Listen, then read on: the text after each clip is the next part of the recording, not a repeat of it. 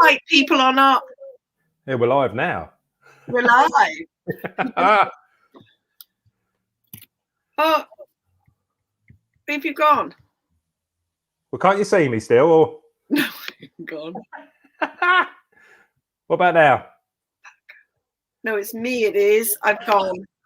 Anyway, we are live on Instagram as we speak at the moment. Where there's me and my good friend Michelle Marshall, and we've decided that we wanted to do hair talk and more to a few more people. So, hence we're. Oh, you're feedbacking big time. So yeah, we are live currently, and we've actually got two viewers. So we've got one on the on YouTube, and we've got one on the Facebook page. So welcome both of you guys that have come on. It's great that you're here. And like I said, we wanted to carry on pretty much from last week, where we were doing a chat about us and what we're doing, but also as it's International Women's Day today, and there's a few other things that have been going on. We thought we'd talk about those a little bit as well. So it's we're looking forward to it. It's this for us, this YouTube thing especially was something that we were really looking forward to doing, and something certainly that we'd been talking about for a long time, actually. Good, maybe even 18 months, 2 years we've been talking about it for. How many different things you got on, Michelle? Are you recording and doing lots of other things? It's too hot in here, I'll take that off. So yeah, we're just looking to do some bits and bobs, and basically having a chat about what's going on in the world of hair, and where we see things going. And obviously we're going to get back to work soon. Michelle's over in Wales, for those of you that don't know, and I'm in the UK. So we've got some, UK, England, it's the same thing, but for some reason over lockdown we've all decided to do slightly different things. We've gone a little bit crazy in regards to, we're supposed to be united, but we're all just choosing to do slightly different things. So where do you want to go, Michelle? Do you want to talk a little bit about opening up and where we are with that type of thing at the moment, and where do you want to go? Well.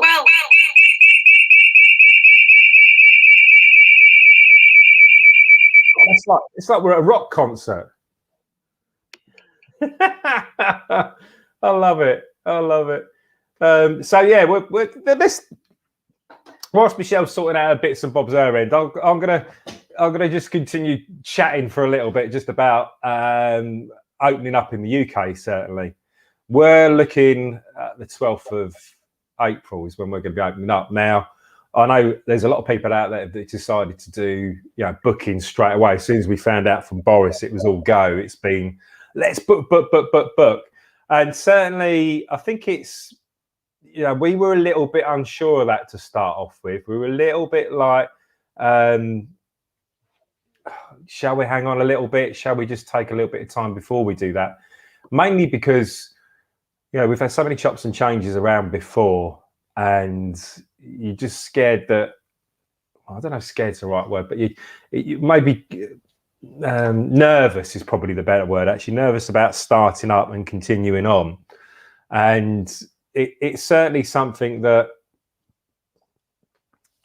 we thought if we give it a little bit of time, once that, we've got 2 or 3 weeks have gone, then start booking clients in. And we told all our clients that we were going to wait until the 8th of March before we started doing that. And what we actually did is we've started getting in contact with a few of these clients beforehand. But what it has done is it's just staved off that initial rush of people that we will tend to get. So, yeah, it's that's helped out, actually, just holding off on booking people in and telling them that it's not going to be until the 8th. And it's meant sort of behind the scenes, we've been able to get hold of some clients rather than people just ringing up like willy-nilly, which we've had. And then we can plan the bookings in. Now, I'm lucky enough that I've got Louise, my fabulous wife, slash one of my inspirational women of the for International Women's Day, that's been organising our clients to come back in again. So it's certainly been something that I've whoa, you're still going, Michelle. I think I've got 2 of you on here. So let me just see if I can the for some reason there's two of you. So at my end, so I'm going to look at just sort of seeing what I can do. There you go. Are you still there? Let me just do this. Here we go. There you go. You should be back again now. So right, am I good now? I think you're good now. Do you know what? I'm sorry, everybody. It's like the one big faux pas is your sound. That's like one of the most important things. And, you know, as in good Michelle and Keith style, or definitely in my style. So, yeah, I must have joined twice. So I had another browser. Yeah, no, don't you say that, Michelle. We both do this all the time, so it's just one of those things. However, you know, this is the great thing about, you know, this kind of thing, because it's about learning, and we, you know, we profess a lot when we set up any education classes about mistakes are okay, and, you know, they're okay as long as you learn from them. Well, I think since we've been doing this project, we've had so many, you know, aha moments and so many, but we learning opportunities. But the great thing is neither of us have really justified them. We've just gone, do you know what? It happens, isn't it? You know, in all walks of life, things happen and there's nothing we can do about it. We've just got to learn from it and move on. Well, that's one of the things while we came on here, isn't it? We've been umming and ahhing about going on to YouTube for a little while, and we're just like, oh, we're just going to have to do it. We're just going to have to get on and do it. And it's certainly, it's sort of like do or die type thing. If you don't do it, it's never going to happen. So we were like, let's get on, and, you know, we'll learn as we go along, and you guys you're learning with us. So certainly, you know, one of the things is make sure, what was it? Did you have two logged in at the same time, or? Yeah, I joined when you sent me the link. Yeah. Then remember, I disappeared off the screen, but rather than me, I didn't recognize the actual icon on the tab. Yeah. That was a StreamYard tab, so I rejoined back from the email rather than just looking for the relevant tab. So we were on twice. So that's all right. It's better to be twice than not at all, hey? Definitely. And it's look, I've just put a little something at the bottom there for you, Mish. We love you, Mish. Oh, thanks, Keith. You know, these are the things that happen. It's quite weird because we're so used to doing Instagram Live, stepping onto a different platform. There's just, you know, we're out of our comfort zone a bit, but that's good, right? Because that keeps us moving forward. It does. And the one big thing we're going on YouTube, I found, is that we're opposite, aren't we? So yeah, I'm not even moving my hands. I'm keeping my hands low because I do not know which way. Yeah, well, your hands normally go crazy. You're like this all the time. I'm not sure from my left from my right at the moment. Oh, I know. But it's, you know, like I said, with opening up, it's certainly for us, we've had a little bit of time to plan, and it's something that we've been really fortunate about this time. It was one of those things going back this time, we'd rather have had a longer lockdown and a definite finish date, so that so we could plan for it rather than that big rush that we've had before. And I'm going to pass this over to you, Michelle, because I think this is where you are with things. We've been able to plan, but what about you, Mish? Well, you know, just like you, after the first lockdown, we thought, well, we need to really think about what we're going to do when we come out of this lockdown. But last time we had 2 weeks notice. So we sort of knew, even though they said it wasn't going to be exact, they sort of said hairdressers plan to open at there was the 13th of July. Now, this time, they've said they would give us as much notice as they possibly can. And our update is the 12th, which is this coming Friday. And so for me, in my head, well, if they're going to give us as much notice as possible, then I'm thinking a week. Okay. Adequate, would you know, I'm sure everybody would agree that adequate to be able to get the team in to set up the salon, make the phone calls, get people booked in, we open the following week. but the whispers that are in, and I think is really bad, because there's a couple of people have posted that they're taking bookings, and that's fine. You know, different people have decided to do different things. And a couple of people have said that actually they know that we're going to be opening. And I've said, well, how do you know? Have I missed an update? Is there something that I've missed? And they said, well, no, a friend of mine works in the office of the government, and they're being told that we're going to open. And then somebody else reached out to me and said, no, I know somebody who knows somebody who has reached out. Then I was on a group today that's called a Welsh hairdressing networking group, or hair salon, or beauty as well. Yeah. And they put an anonymous text that somebody had sent to say that they work in a local council, and they've all had emails today to say hairdressers are going back to work next Monday. Goodness me. I just think we've not had anything from any of our governing bodies. We haven't had any directive from email from a local council. We've had nothing to say next Monday is going to be your day, which the day they said that, happy days, we've got a week to plan. And even if they're not sure until Friday, but they said to you, look, if you plan for Monday, it would only be the worst case scenario if we didn't open. Yeah. And we all know the numbers are going in the right direction. So the chances of us not opening are far less than us opening. Yeah. But nothing, but except for all of these whispers. But surely that's bad. Do you know what I mean? If they're letting people know a week before, but not the people who actually are going to be opening. Yeah. It just feels really poor. Well, I think that's the thing. I think, communication is always one of the biggest things, I think, with anything. So, if you're getting regular communication from government officials in regards to opening times and things like that, then it does keep you in the loop a little bit more. The challenge you always have, I think, because we're all we can all get hold of information quite readily now.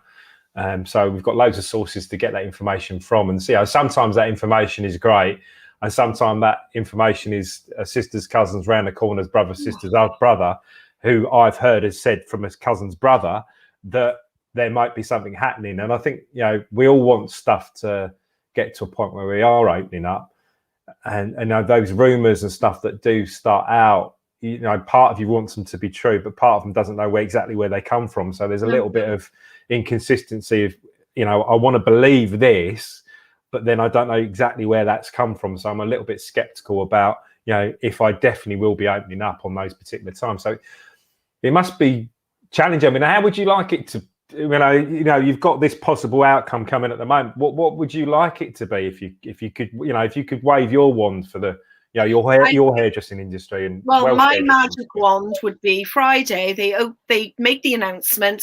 Hairdressers can open back up. We're giving you a week. Okay. Is a week long enough? Is that long enough for you, a week? I think a week is, because then you can bring everybody back for so many hours off furlough, because you can flexibly furlough people at the moment. Okay. Yeah. That's so for me, I would think, well, okay, let's look at the team. We don't have to have everybody in at the same time so that we're still maintaining some sort of social distance. But I could bring people back part-time for so many hours a day to make phone calls, clean the salon, get it prepped. And I think a week, if you had lots of things to do, like redecorating the salon, that's different. But if you physically have only got to book people in and make sure the salon is clean and refreshed, and the stock is ordered, then a week I would have thought would be, for me, that would be brilliant. But we have got a week if we know Monday is from today. But if I bring everybody back and organise, when I paid everybody to come in, to make the appointments, to clean the salon, to get to Friday, and they say it's another week, that means we've got to move everybody. So I've got to pay everybody then to come back in, make all the phone calls, then re-clean the salon, because it'll be a week's gone by. So it won't be COVID secure then, would it? Yeah. I just think it's a bit poor show that they're not seeing that as an issue and just giving us the decency of some notice. And I think that if they'd said, doesn't matter, whatever the date we make the announcement, we'll give you a week or 2 weeks. But it doesn't matter, whenever the announcement's made, we promise you will have a week's grace from then. Okay. Yeah, that's a great idea. Yeah. But like I said, it takes away that uncertainty of, oh my God, it's next Monday. Or it's tomorrow, you've got to go back to work. You're like, oh my God. And you know what's going to happen as soon as the announcement's made, the phone's going to be ringing off the hook. But we love you, clients, but please just wait. Yeah, because we've got a list of people whose appointments were cancelled. Yeah. We've got to offer them priority booking, and that's 2 weeks at least.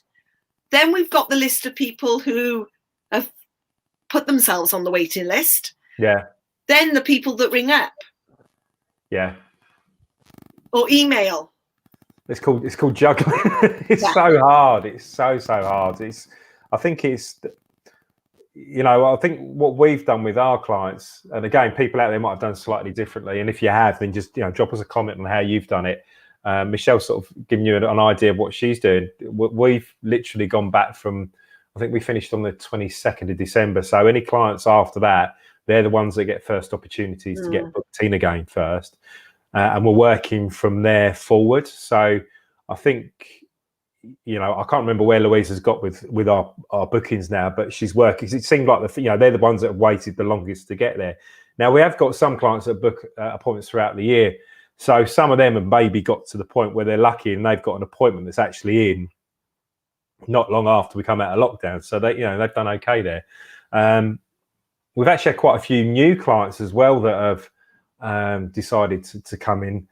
So again, we can't do them straight away because we've already got our loyalty to the clients that have been coming to us for donkey's years. We want to make sure they're all done first before we take any new ones on. So it's trying to shuffle them in. Again, we have got online bookings, but at the moment we're not allowing people to take online bookings or do online bookings at the moment because it's just another way of us controlling exactly where we can get clients into, because again, we've got to allow for extra time and stuff as well. And that's one of the things, your normal appointment booking times, and probably the same for you, is that there'll be certain clients that would do take you longer and some that don't take you quite as long. And although you might be laying, say, an hour and 15 minutes per client to allow to clean in between as well, there's possibly some others that you could maybe shuffle around a little bit to get you to a point that you can maybe get a couple more in. But of course, your booking appointment system doesn't know that, so you need that, be able to have that control over it. And certainly for us, that's one of the things that's helped out.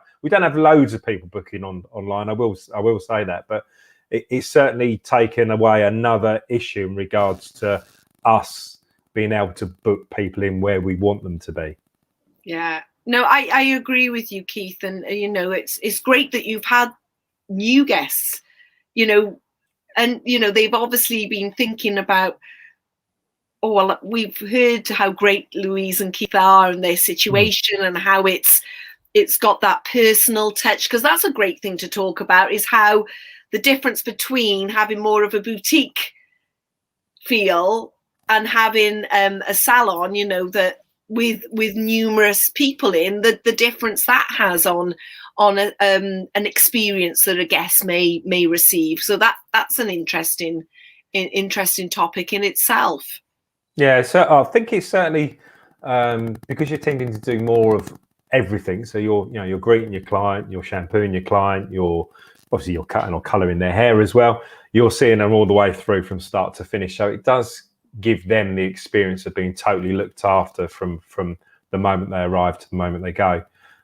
So it's like a lot of things. Lots of people want different things from different salons. We're a little bit out of the way where we are, and if you're a city centre like you've got, Michelle, then there's lots of people that want a city centre, hairdressing places so that they can go. It's within work distance. It's quite easy. I like the hustle and bustle of it all as well. So I think that's the thing, is thinking about boutique or high street salons and things like that is really just believing in what your brand is and the service you're delivering. We've just had we had a couple of messages. So we had Jenny Crawford said double trouble, first of all. In the morning to her. Claire, who's a wonderful lady, has got a hairdressing salon for 25 years, I believe now. Wow.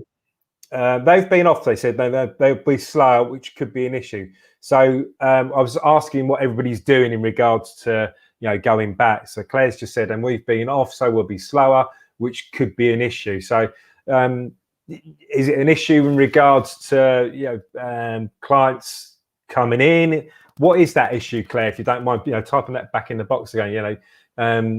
Is it the fact that, it's going to take a bit of time for the confidence of clients to come back? Do you think it's certainly? I think just thinking from that side of things, people's confidence over the last year has been slowly whittled away, and getting back to normality, whatever normality is going to take a little bit of time. So is that what you're meaning, Claire, in regards to people's confidence? But yeah, drop us in. I might be way off the mark, so if I am, just put something in there and we'll discuss it. But yeah, thanks for dropping that in the box there, Claire. Is there anything you want to add to that, Michelle, at all? Well, I've had quite a few people message me on Facebook and Instagram talking about feeling unconfident when going back to the salon, and it's been great because there has been so much education out there that has been lots, depending on what brand you're working with.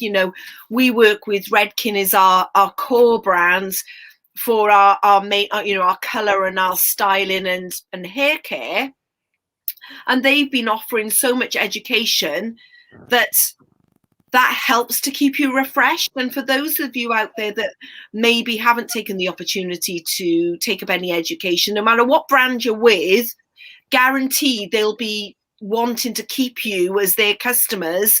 So, reach out to them, because for everybody in England that's got till the 12th of April, you've still got time to keep yourselves refreshed on what's going on. It's great to watch videos on Instagram and things like that, but there's nothing quite like sitting like we are now and having a conversation where you've got the opportunity to ask a question in a live webinar session.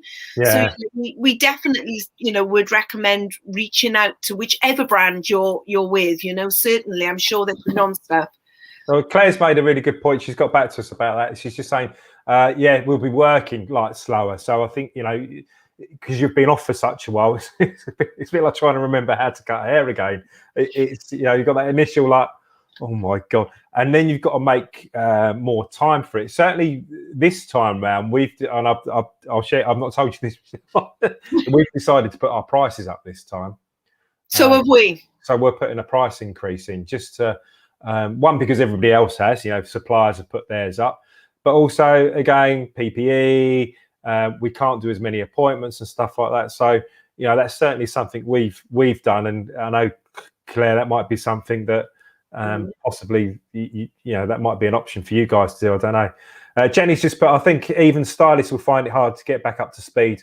We have slowed down in this. And when we go back, every guest will be wanted to be totally restyled, which is, you're not, well, I'm thinking about, Michelle, you colour a lot. I mean, I know you cut as well, but you colour a lot. So you're going to be getting regrowths that are, it's going to be a touch-up, root touch-up, is it? It's going to be They're all longer regrowths. Yeah. There's no, unless they've been topping it up themselves. And, I've got to be honest, some people would disagree with me and other people would agree with me because they've been doing it. And maybe I've been doing the wrong thing, but hey ho, I've done it. And we've offered a service and we haven't advertised it as like, oh my God, you can do this if you want to, but we've sort of offered a service to those guests that reach out to us and are really nervous and don't know what to do with their colour. Not blondes, but just I issue no bleaching and no blondes, high lift blondes, but just people who have reached out that maybe have a little bit of grey and they want to just top up their parting, just to for their Zoom room call, that they just want to feel good, and they're nervous of going to the supermarket. And quite frankly, I'd rather give them their formula than them go and search the shelves, pick something that could make them completely, in a different direction from where they are, Yeah. then you've got the repercussions when they're in the salon to try and, or, you know, change that situation. And I don't know whether any of you out there have, you know, pop it in the chat bar if you've had any situations on last lockdown where people either reached out to help and you helped them, or whether or not helping them created some detrimental, you know, some detrimental orange roots.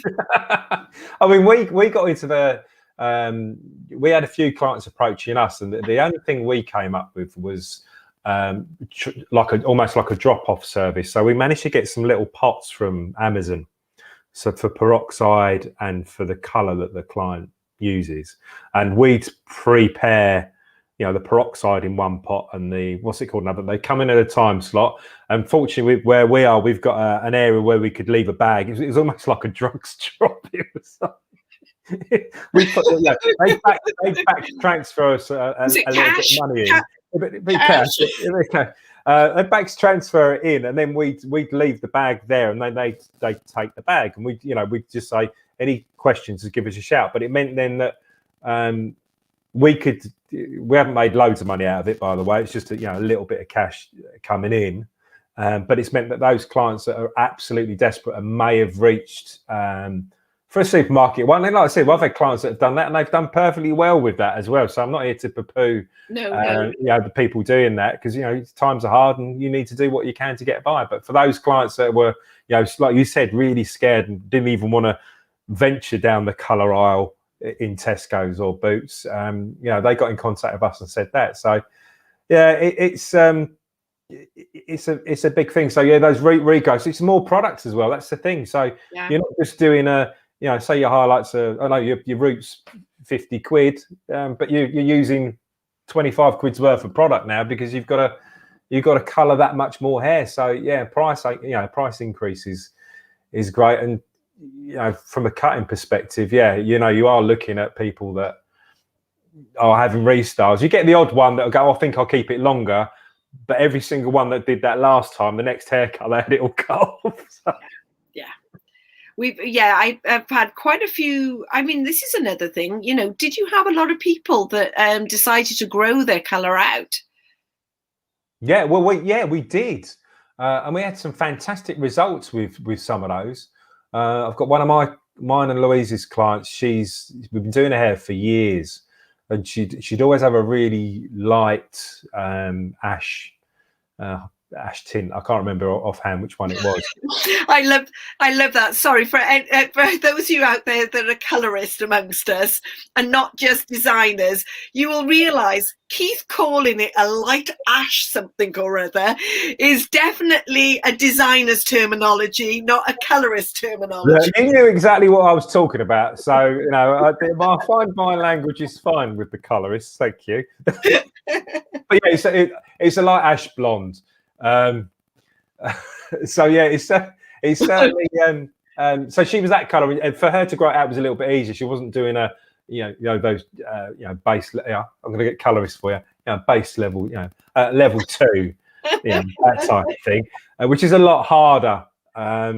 So yeah, she went for this beautiful color that Louise put on, and I'll find out what color it was Louise put on, because I put that up there for you guys to know that she used. But I haven't got a picture of it, but I can maybe post one up on Facebook at some point of this particular client. But it did come out beautiful. It looked really nice. She was really pleased with it, and she's stuck with it since then. She's not been tempted to go back. What about any of yours, Michelle? I've had quite a few transitions to going back to their natural grey.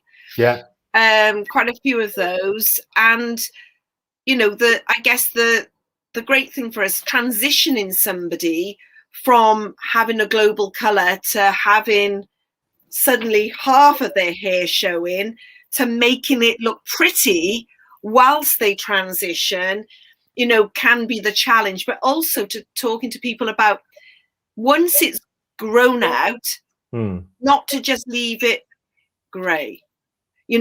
Put something on to make it look like you've you know, the grey is there, you know, even if it's using toning shampoos and conditioners or having a gloss to make it look shiny, it's having something so it's not flat.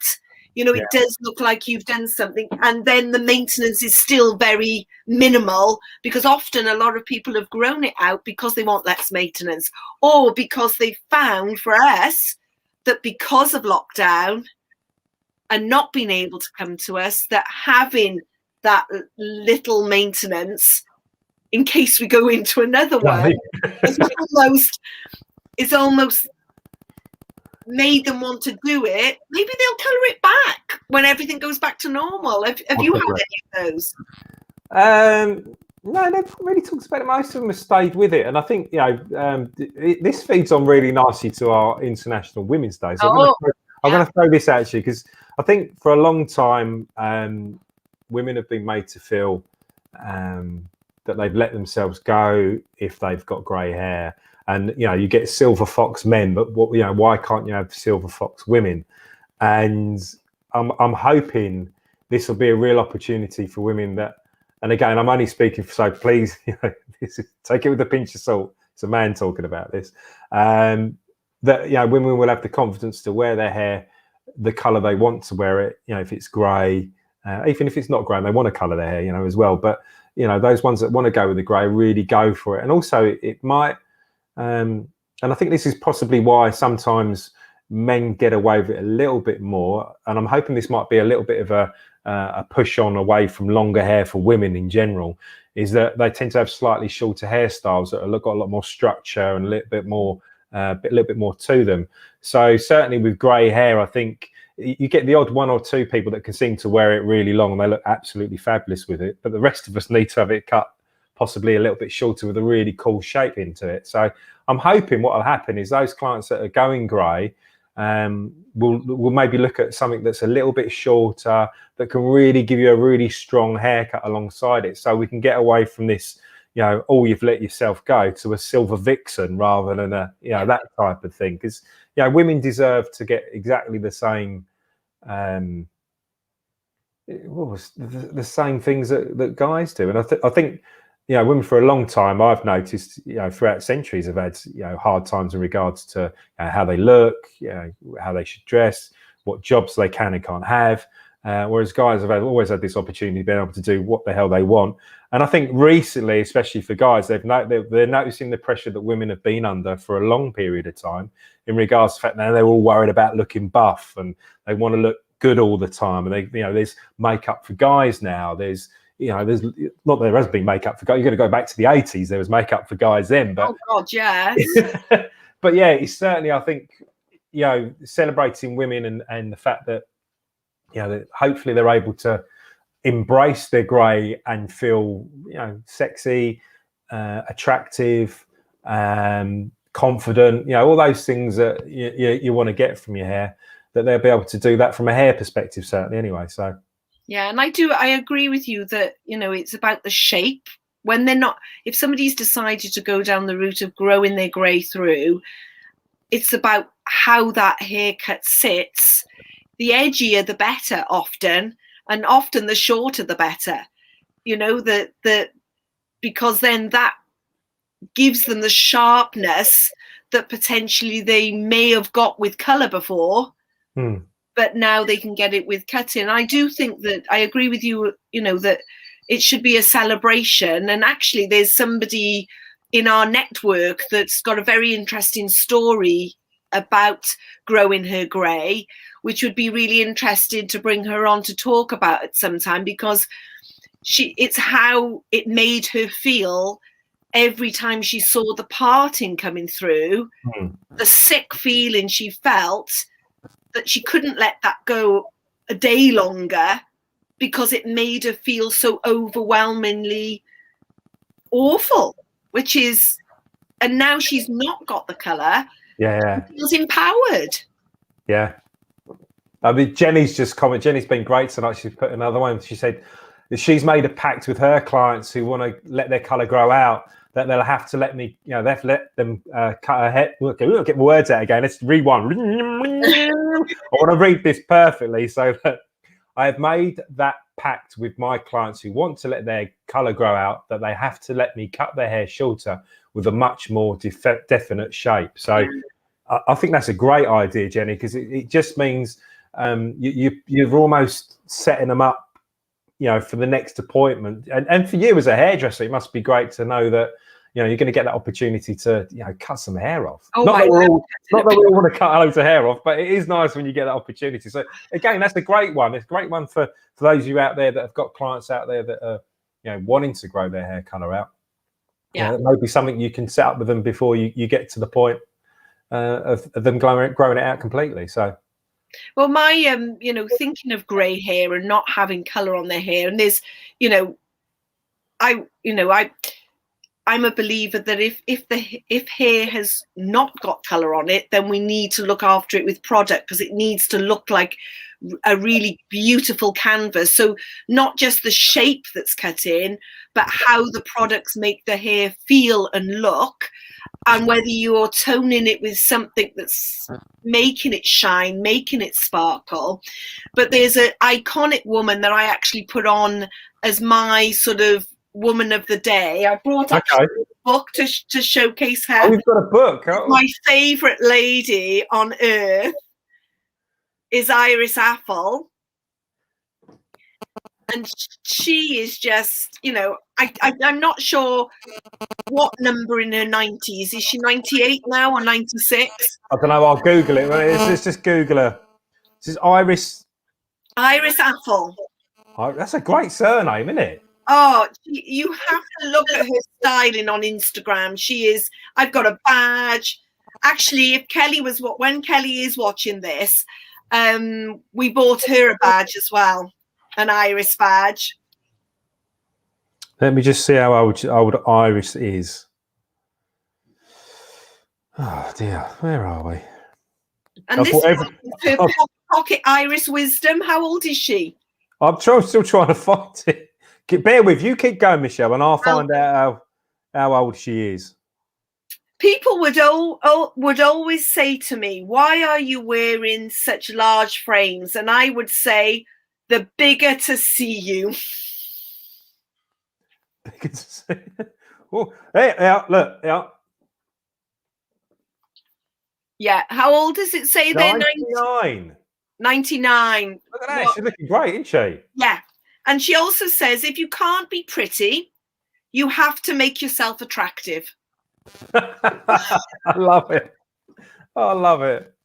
Oh, I mean, what a great woman then. I mean, we're talking about, women and ones that have inspired us and certainly ones that have sort of impacted just on general things. She sounds like she's certainly somebody that's, you've celebrated, liking what she's like and the things that she's in. Oh, yeah. There's one last little quip from her book.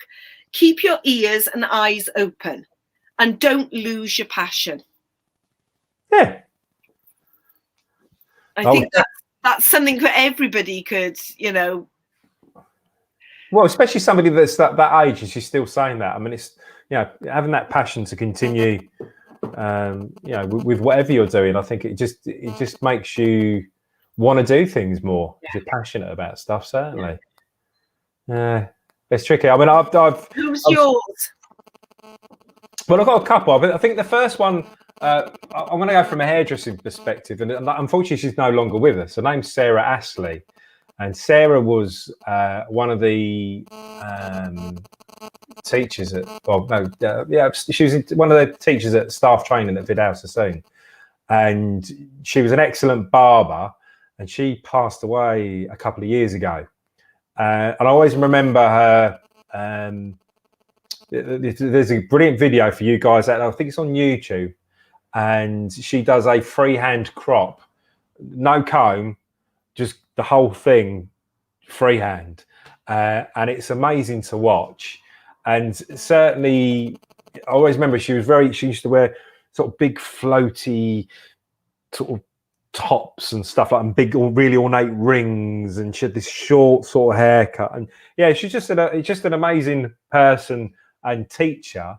And certainly, for me, I only sort of, what you do when you're looking on Facebook and Instagram. So I bumped into her, let's say over the net, started following her on Instagram and stuff like that, and it was really nice to see that she was still about. She's still doing some odds and sods, but then, like I said, a couple of years ago, she I think she got struck down with cancer or something like that, so she's no longer with us. But she certainly, for me, was somebody that a woman that inspired me from a hairdressing perspective. So yeah, amazing person. Interesting. I'll have to check her out. Perhaps we ought to put her her name after in the comments when we post this, because that would be something interesting. I'd like to look her up, certainly. Yeah, like I said, I think she was on I think, you remember My Hairdressers? I think it's still about. Oh, they got yeah, it is. She's one of the people that's been used on there. So certainly have a little look around for her. Just it was just an amazing teacher, and like I said, one of those people you just remember from 30 odd years ago. I still remember her. So yeah, she was really cool, really cool. Mm-hmm. It's hard to, because there's so many iconic women out there that have, I guess, that we've all come into contact with, whether it's hairdressing, whether it's personal. It's almost hard to pinpoint one particular. We've shown examples, but I think the thing about the celebration of women, we were talking earlier about,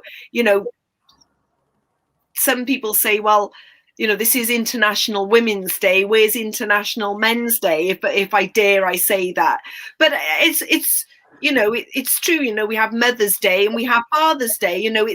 It's sort of, and like you said about it being, men get it easy anyway. Do you think that's true? Or is that yeah. I mean, when you're looking at it's still, people still think it's odd if a woman wants to be a mechanic, or if a woman wants to be a anything that's considered a masculine job. It's there's always a little bit of surprise or a little bit of oh you're doing that, where we need to get to a point where that isn't the case. It's just taken for what it is. Somebody says I do this for a living, it's okay, rather than you do that type of thing. Because that to me still means that there's some issues regarding that particular person doing that particular role. And you've only got to look at, there's an advert on the radio at the moment. There's I think it's about pensions. And the advert starts, to give you an overview, it starts off with a board meeting and then with a guy speaking, and then it goes, and Tanya, would you like to talk about this next bit? And then this little girl, must be about 8, I think she is, starts talking about really in-depth business talk. And then after she talks, they say that the part of the adverts to do with pension said that a woman would normally have to start at the age of 8 to get the same sort of pension that a man would get, and that's now at this period or a time in life. And for me, I mean, like I said, I can't remember the advert exactly, but certainly it stayed with me in regards to hearing that information and making me think as a guy about how unjust it still is in regards to where women are on a financial perspective. Yeah, and there's a lot of things women are expected to do. There's lots of pressure on, especially when children start getting involved. You've got go to work, look after the kids, run the house, all that type of stuff, which, and again, a lot of that's traditional, but it shouldn't be like that. It should be a balanced viewpoint, and that's a generational thing, unfortunately, that it's been passed down from generation to generation. That the man goes out to work and comes back in and everything's done for him. But it's certainly not in my house. I'll get clipped round the ear. You wouldn't be able to get away with that. Exactly like our house. There's no way. It's a team effort, and I think that's the thing. The team means that you work together and you help each other out.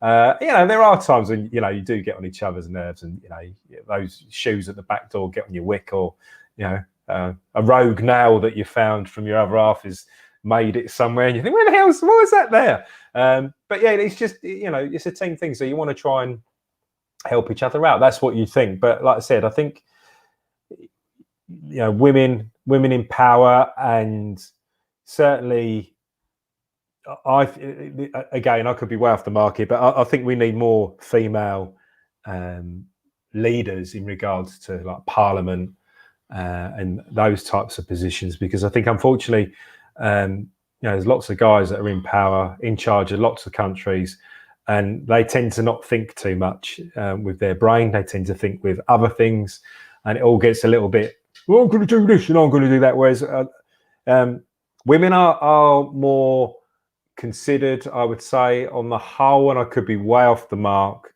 but I would hope they'd think more so than a guy would.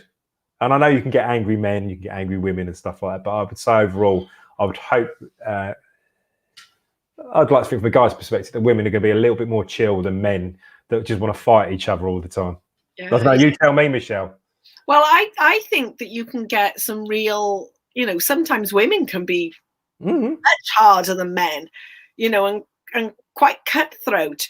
But I guess really it's about being kind. I think doesn't matter what sex, the celebration of women is 100%, because, it took a long time for women to get the vote. It took a long time and it's still happening, as you said, the wages aren't recognized, even not so much in our industry or our profession, but certainly in a corporate world, there's an imbalance still, and you hear that all the time. But I think no matter what sex you are, and thinking of like gender fluidity, it doesn't matter what sex you are or what sex you choose to be. It's about being kind as a person. Yeah. Oh, kindness is like, it's really underrated, though, isn't it? You like to be treated, Yeah. Treat everybody like your nan. You can't go wrong if you do that. Exactly.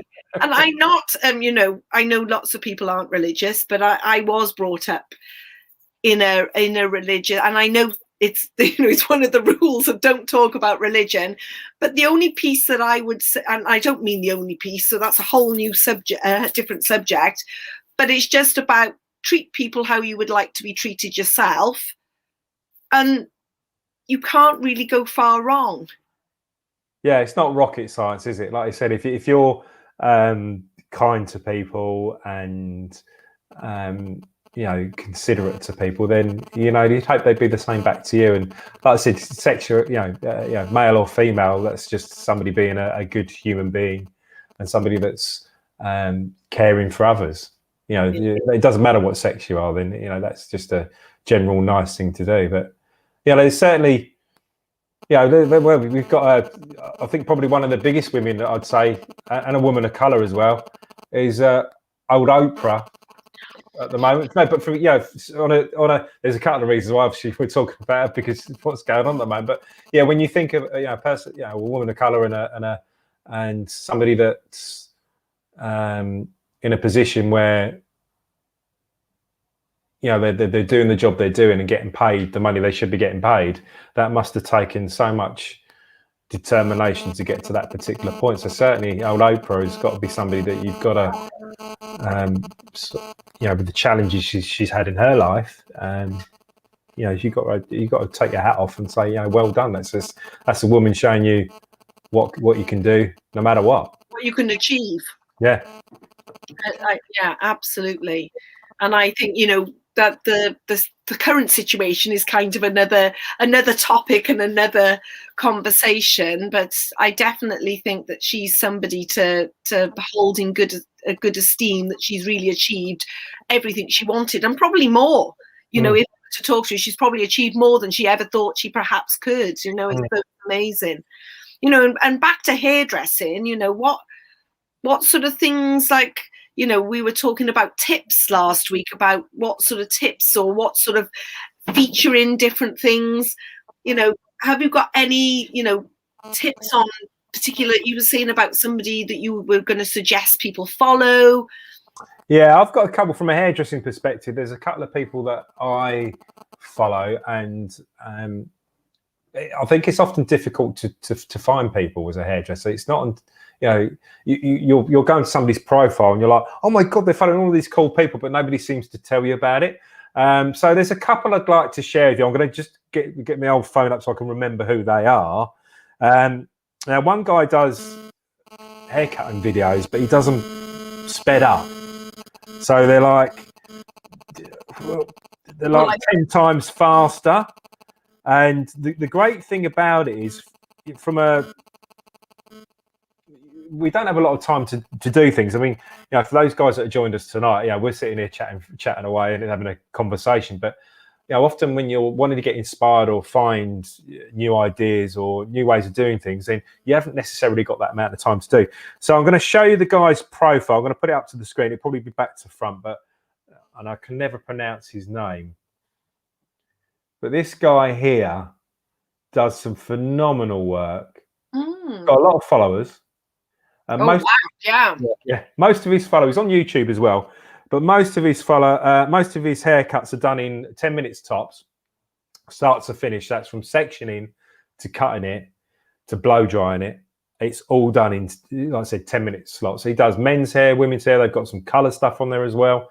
I'll pop it down in the comments box as well, so you guys know where to go. He's on YouTube, like I said, but he does some phenomenal work.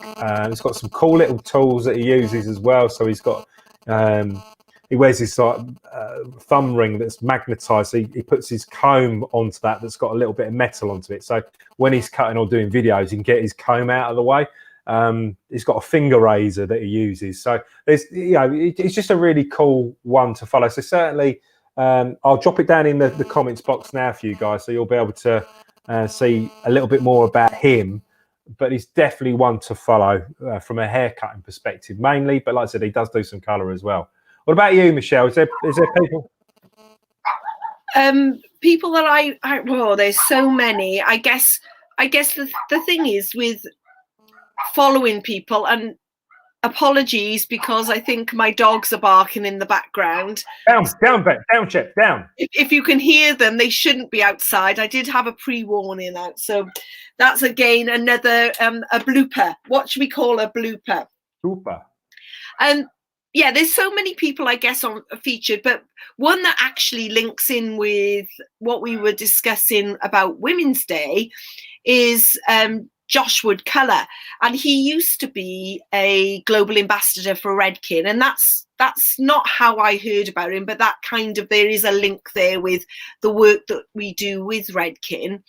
But his goal is, which I think is admirable, like it or agree or disagree with his ethos for his own brands in the supermarkets, but his goal is, and I'm not judged, there's no judgment, and for anybody watching in replay or watching live with us, there's no judgment with what anybody decides to do. As Keith said earlier, it's more about knowing what your brand is and what you've decided to deliver with your brand. And for me, our brand is about professional, and in the salon and using professional products and being educated well on how we deliver the service and help our guests to look after their hair at home for sure, but it's more about how we deliver good quality color to them. However, what Josh's ethos is that every woman, no matter what budget they have, he wants them to have good color. Whether they do it themselves or whether they come to him in the salon, he wanted to provide them with a product that he knew would be able to give them accessibility to good quality products. Now, I can't do a review on his products because I don't know anything about it, but certainly he's definitely one to follow if you love session work and you enjoy Fashion Week, because he very often is the team that will do a lot of the colour on the runway and a lot of the iconic colour results that we've seen in recent years with Marc Jacobs. So I think he's definitely one to follow from that point of view, definitely. Yeah, I mean, I like the fact that he's wanting everybody to be able to achieve or be able to get to some colour if they need to get to some colour.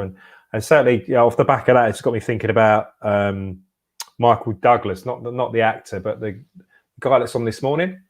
Yes. Hair. He does lots and lots of different stuff about different colours from lots of different brands. So certainly somebody to look at as well in regards to ideas and give you a little bit more of a rounded look at what's out there. Because I think, as hairdressers, we can get quite protective about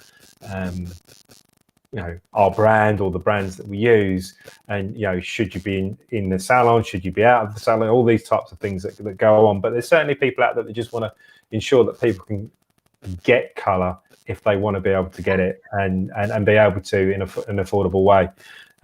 So yeah, I mean, Josh is such a lovely person. I know you've had the opportunity to work with Josh as well, as I have as well, many moons ago. So we both know how wonderful he is as a person, but also as a colorist as well.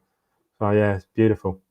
I just think that it's, again, I reiterate, it's not my brand passion, but it's there, isn't it? It's out there to. I think we would be wrong if we didn't look at other people and what other people are offering, because our way isn't always the only way. It's a way. So looking at what other people do is certainly a positive, because you can always pull from all sources of any inspiration out there. Yeah, that's what the internet's for. I mean, there's thousands of people out there. There's thousands and thousands and thousands of things you can look at and get information from. And that's a really good thing about the internet, is that we're able to do that and pull together, stuff that's out there. So certainly, that's a couple that we've got. Is there any more that you follow, Michelle, that you want to share? I mean, there probably is, but not so much that. But I think that often, saying about the internet and Google, but sometimes it's always knowing where to go to find, it's a bit, dare I say it, it's a bit like sending a guest to a supermarket to look for something. I think we were talking about this a little while ago. I was looking during lockdown at needing some more facial products. And I went on Google, what's the latest facial products, and off down another avenue, off down onto a couple of, popular beauty hair websites. Yeah.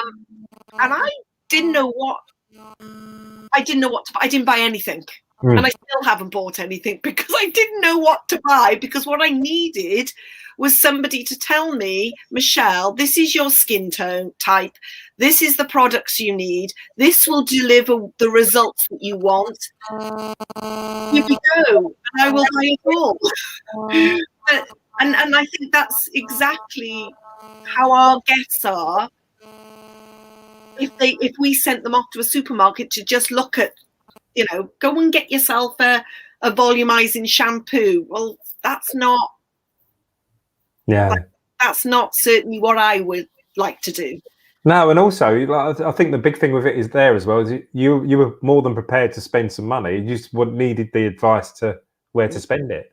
Yeah. And I think that's one of the things, isn't it? People do want to spend their money, but they also want that advice and direction of where to go and what to do with the product once they get it. So, it's a really good point in regards to ensuring that people, get the right information as well as the product that they want to get. Definitely. And I think unfortunately and again, it's a whole nother subject about consultation and recommendation, but it's a whole, for some reason, whether it was inbred from a long time ago, hairdressing has always been seen as being quite a poor thing and being quite, for some reason, hairdressers don't know their worth and don't realise their worth. And they might do now after these lockdowns. I think everyone's going. but also are afraid. A lot are afraid to recommend retail, but they might say, "Oh, I used a volume shampoo." Not, I used whichever the brand that they're using. I use this because it almost would rather. A lot of people would rather say, "Oh yes, a volumized shampoo would be great," and send them off pack into a supermarket to get a volumized shampoo and then sell their volumizing shampoo to that person, almost like not afraid to ask for money. Yeah. You know, I think you've hit the nail on the head there. It's people feel embarrassed to recommend products to people when, like I said, if you imagine going to a makeup counter and they use whatever they're going to use on your face, you look in the mirror and think, my God, I look wonderful. I've never looked this good before in my life. I look fabulous. But they don't tell you what they've put on your face. Yeah.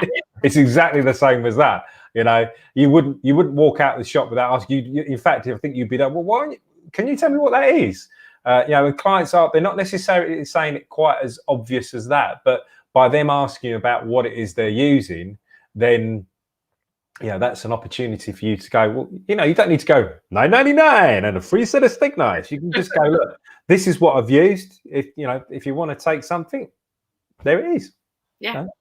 And then the choice, and you know, is either a yes or a no, and it's not being afraid of the no. If somebody doesn't want it, they don't want it. You know, there's nothing you can do about that. It's about giving the correct advice. No's are actually really good. I've been reading a book about negotiation, and it's really interesting because a no can open up a conversation of, no, I'm not going to get that. Oh, is there a reason why? Or, you know, what would it take for you to take the product? It might be cost, it might be smell, it could be anything. But no's a really good opportunity. And it wasn't until I read this, but I was like, actually, when you get to a no, you've got somewhere to go from that. You know, yeah. What would it take for you to say yes? Or, you know, they might go, well, I want it half price or whatever. But again, it might be one of those products you've had sitting on the shelf for a while, and you're thinking, actually, it might be better off the shelf than there. I'll sell it for half the price. Yeah, possibly. Yeah, no, but it's, you know, no's are not that bad. They're actually quite a good avenue afterwards to take you down another route, possibly.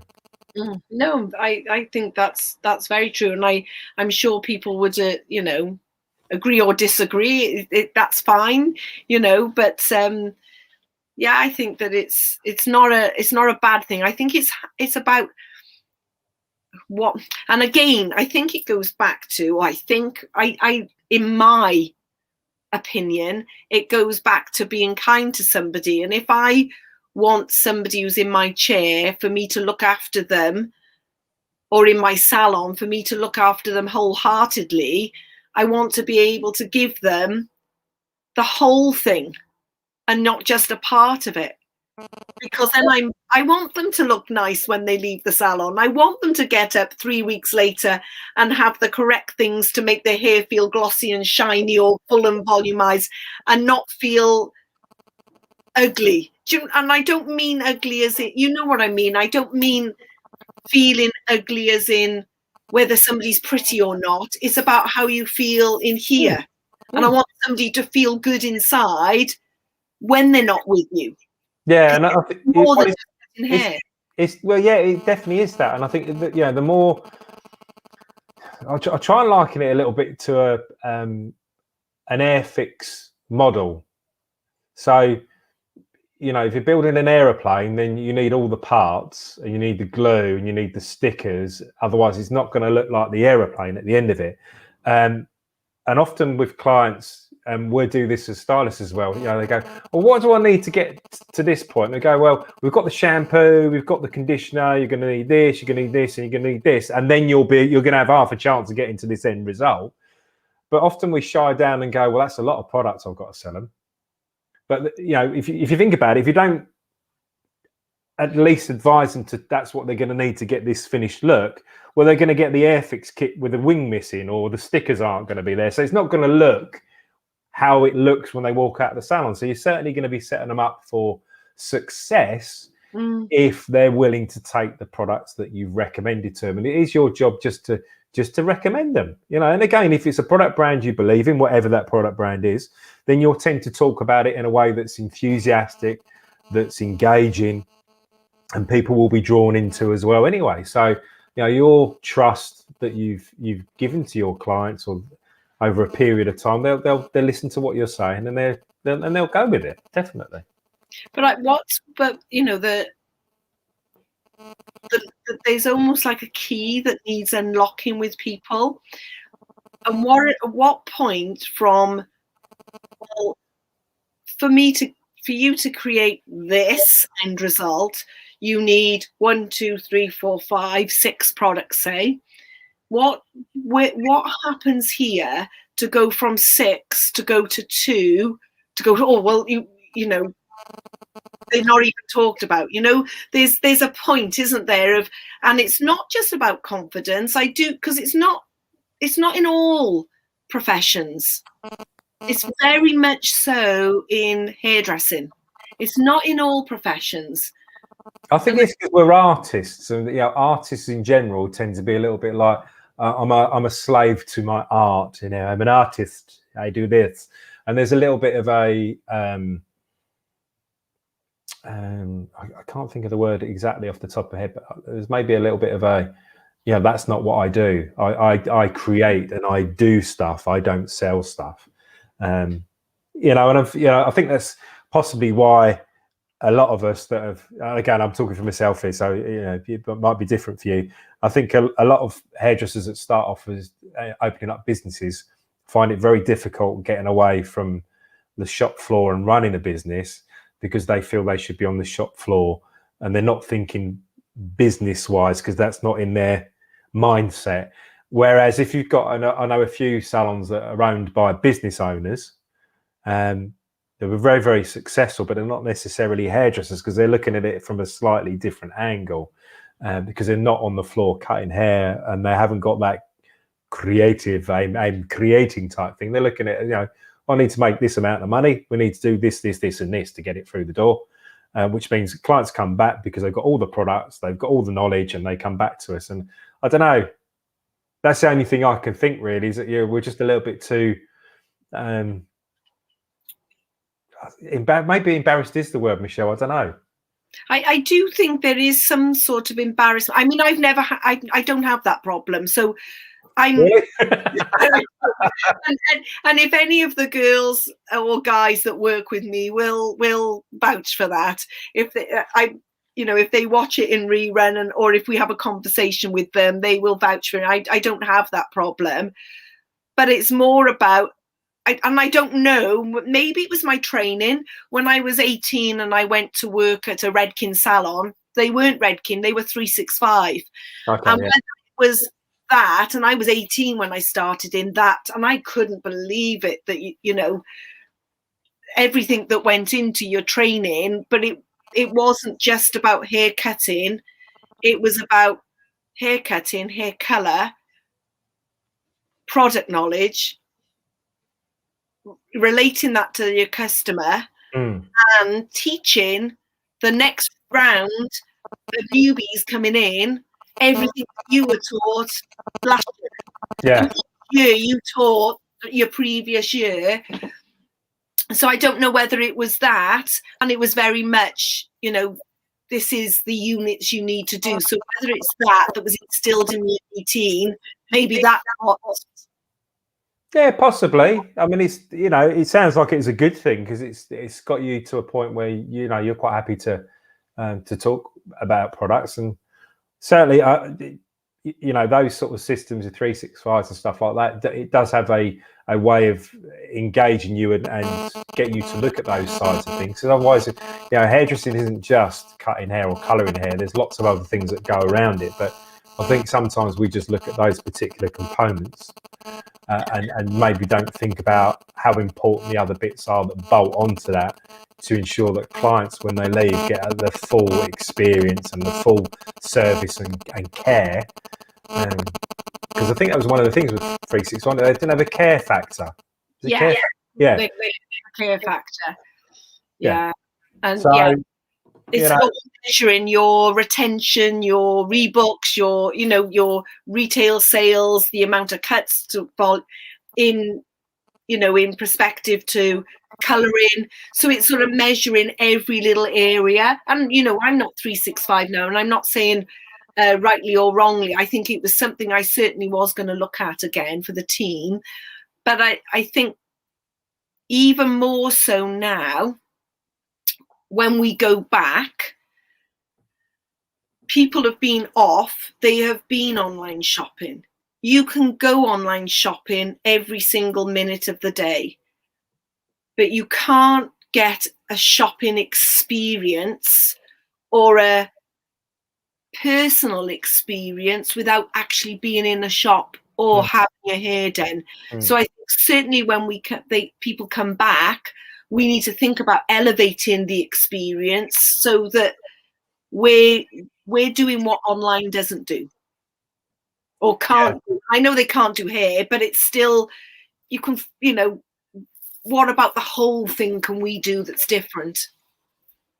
So it's just, well, I think the whole thing, like you've said earlier on, and I think it's a really good thing that's run through all of this, is just we can show that we care, which is something you can't do when you're going to a online shop, because it's not somebody there caring for you. It's just a lot of algorithms and this, that, and the others that are set up to get you to buy something at the end of it, whether you maybe want it or not, or think you need it or not.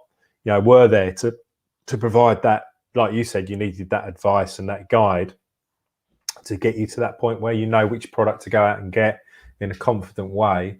And you can only really get that in salon. So it's certainly something, like I said, going back, and this is a really good point. Actually, we've sort of gone full circle with, opening up and getting to the point about going back now, is that, is making sure that our clients get the best service that they can get. They get the time that we can give to them to make sure they're safe, and we can do the services that we can do for them.